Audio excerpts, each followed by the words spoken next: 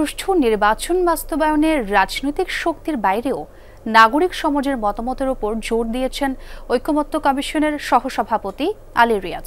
বলেন, যেসব বিষয়ে ঐকমত্যে পৌঁছানো যাবে না তা জনসম্মুখে প্রকাশ করা হবে, তবে বেশ কিছু বিষয়ে ঐকমত্যের কথা জানান তিনি। আলোচনায় সুশীল সমাজের প্রতিনিধিরা সংবিধান সংশোধনের বিষয়ে দ্বিমত প্রকাশ করেন। শ্রীলঙ্কা আবারও রপ্তানিতে শীর্ষে।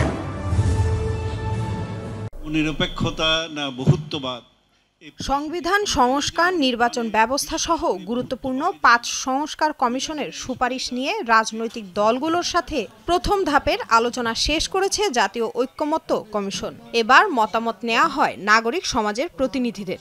একাধিক চেক অ্যান্ড ব্যালেন্স লাগবে। সকালে কৃষিবিদ ইনস্টিটিউশনে আলোচনায় অংশ নেন শিক্ষক, গবেষক, সমাজকর্মী, আইন বিশ্লেষক সহ বিশিষ্টজনেরা। এ সময় স্বৈরতন্ত্র সমূলে উৎপাটন করতে মতামত তুলে ধরেন বক্তারা। দেশের যে শান্তি শৃঙ্খলা পরিস্থিতি, যে রুল অফ ল বা আইনের শাসনের যে পরিস্থিতি, ডিউ প্রসেস ফলো না করার যে পরিস্থিতি, এই জিনিসগুলো আসলে পুরো ঐকমত্য প্রক্রিয়া এবং সংস্কার প্রক্রিয়ার উপর একটি প্রবল নেতিবাচক প্রভাব রাখছে। আমি শুধু রাজনৈতিক দলগুলোকে একটাই প্রশ্ন করতে চাই যে গণমাধ্যম যে অবস্থায় আছে সেই অবস্থায় যদি থাকে তাহলে কি আপনারা নির্বাচনটাও ঠিকমতো করতে পারবেন কিনা? আমাদের এই গভর্নমেন্টের গ্রাউন্ড সলিড করার জন্য যা যা করা দরকার সাংবিধানিক দিক থেকে we have to do that.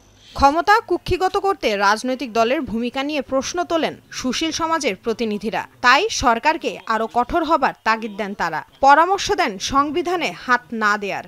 সংবিধানে হাত দেওয়া উচিত হবে না। সংবিধান শুধুমাত্র পরিবর্তন করতে পারে জনপ্রতিনিধি বা যারা নির্বাচনের মাধ্যমে নির্বাচিত হয়ে আসে।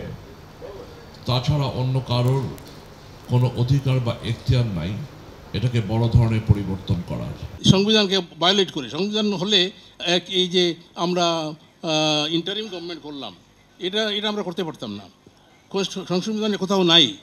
সুতরাং আমরা এই পর্যন্ত যা এসেছি সংবিধানকে অমান্য করে হয়েছে।